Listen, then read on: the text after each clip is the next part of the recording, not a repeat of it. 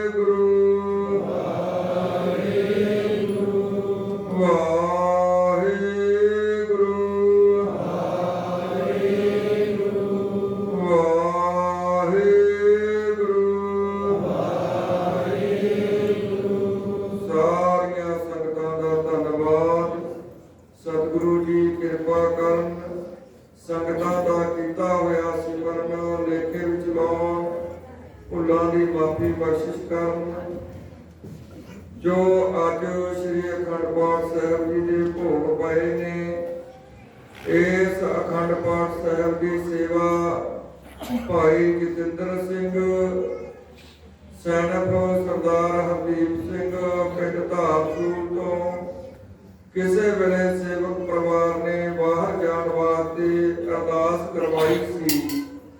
सतगुरां ने किरपा की भाई जतिंदर सिंह नूं बाहर जाने का मौका बख्शिया ते सेवक परिवार ने शुकराना किया। मालिक किरपा करे इस तरह संगतां दीयां अरदासां बेनतियां पूरियां होंदियां रहन ते संगतां अखंड पाठ करवाउंदियां रहन, सेवा का लाहा सिमरन का लाहा लैंदियां रहन।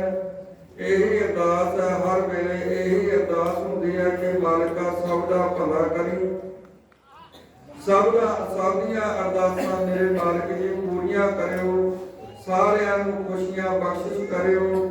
सारियां संगतां दा धन्नवाद। अखंड पाठ वाले सेवक परिवार नूं बेनती है कि भाई सरपाओ लैन अपने कोले सुखमनी सेवा सोसाइटी फतेहाबाद वालों डॉक्टर आउंदे ने दवाइयां देने वास्ते। वो भाई डॉक्टर रवि कुमार पहुंचे हुए ने, जिन्होंने कोई तकलीफ है टिकट है वो दवाई बूटी लै सकते हैं।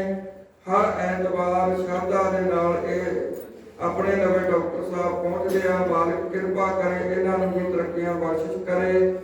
हुण आपां ने प्यारिओ प्यार दे विच बैठ के एकाग्रता बना के भाई बलविंदर सिंह पिंड छोटी रियाौंद, जो मालिक की बड़ी कृपा है, बड़े सोहने तरीके दे नाल कथा विचार आपां नूं सुणाउणगे। आपां ने सारिआं ने गौर दे नाल ध्यान दे नाल सुननी है, अपने जीवन नूं सफल बनाउणा है। सारिआं संगतां दा धन्नवाद। सारियां संगतां इसे तरह भाई पहुंचया करो, अपने जीवन नूं सफल बनाया करो। जिंदगी का यही लाह है।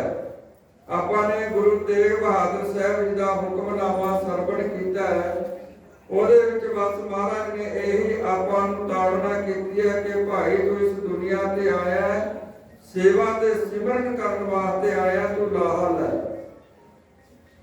गुरु तेग बहादुर साहब जी का हुक्मनामा सारा जे आपां उहदी विचार करिए टाइम बड़ा लग जाएगा, पर उन्होंने आपां नूं ताड़ के करड़े होके कहा कि भाई जिंदगी का कोई पता नहीं। इस दुनिया दे विच जिन्ने भी रिश्ते ने वो किसी हद तक ने, कोई कितों तक अपने रिश्ते में निभा सकता, कोई कितों तक निभा सकता है। पर जे किते साडा परमात्मा दे नाल रिश्ता बन जावे, जे किते असीं सिमरन करके परमात्मा दे नाल जुड़ जाइए, प्यारिओ परमात्मा का रिश्ता टुटण वाला नहीं। प्रभ इत्थे उथे रखवाला सतगुर दीन दयाला। मेरा मालिक इत्थे भी मनुख की मदद करदा ते उथे भी सहायता करदा, रिश्ता साडा बन जावे। अरदास करया करिए, तरला लिया करिए कि मालिक जी तुसीं अपने नाल साडा रिश्ता बना लो, साडा प्यार तुहाडे नाल पै जावे, साडी अवस्था इहो जी बन जावे, ऊठत बैठत सोवत जागत मार्ग चलत हरे हर गाइए। ਇਹੋ ਜਿਹੀ अवस्था साडी बन जाए, असीं उठदियां बਹਿੰਦਿਆਂ ਸੌਂਦਿਆਂ ਜਾਗਦਿਆਂ ਤੁਰਦਿਆਂ ਫਿਰਦਿਆਂ उस हरि परमात्मा अकाल पुरख वाहिगुरू ਨੂੰ याद करते रहिए।